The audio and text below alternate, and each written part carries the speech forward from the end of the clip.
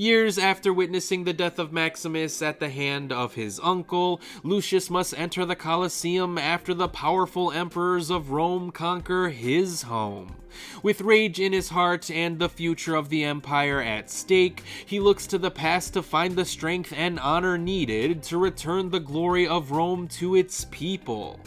Yes, Ridley Scott has returned with a follow-up to his critically acclaimed movie Gladiator, and while it may not ever become as iconic as its predecessor, I think Gladiator 2 still proved to be a pretty decent movie in its own right. Now, I should probably mention that I've never been the biggest fan of Gladiator. Don't get me wrong, I like the movie just fine, but it never resonated with me the same way that it seemed to resonate with most other people. Sure, I like Russell Crowe's performance, along with some of the gladiatorial action sequences, but I think the movie starts out pretty sluggish and even boring at times before it eventually gets better as it goes along. And I actually feel the same way about Gladiator 2.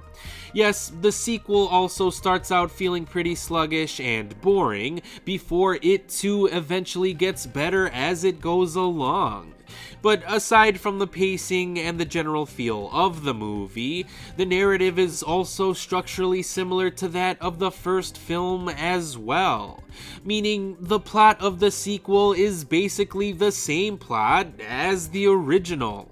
And while that may disappoint huge fans of the original movie, I think I was able to enjoy the sequel for being what it is, since I didn't have any kind of affinity with the original. As a matter of fact, I think I may even enjoy the sequel a bit better, which sounds blasphemous, I know, but the sequel also reminded me of another movie that I love, The Lion King.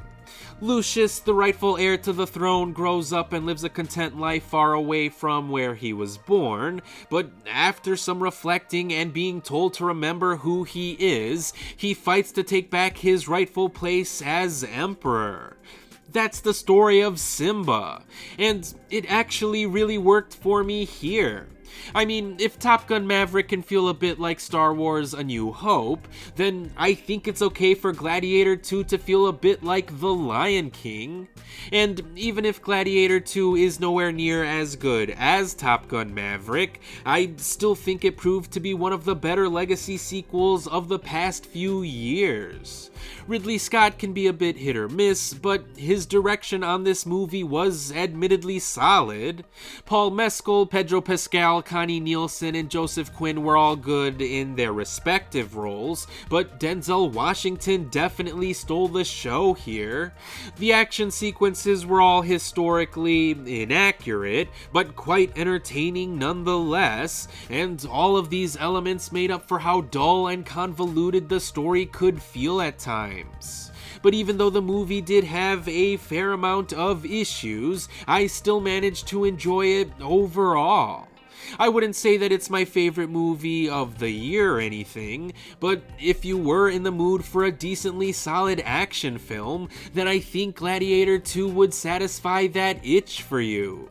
So I think your enjoyment of the movie will depend on how you go into it, but since I personally liked the feature, I would say that Gladiator 2 would get a mild recommendation from me.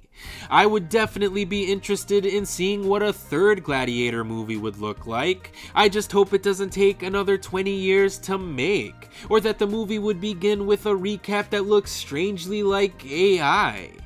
Regardless, I appreciate anyone who took the time to hear my full thoughts on this movie, so as always, thanks for watching.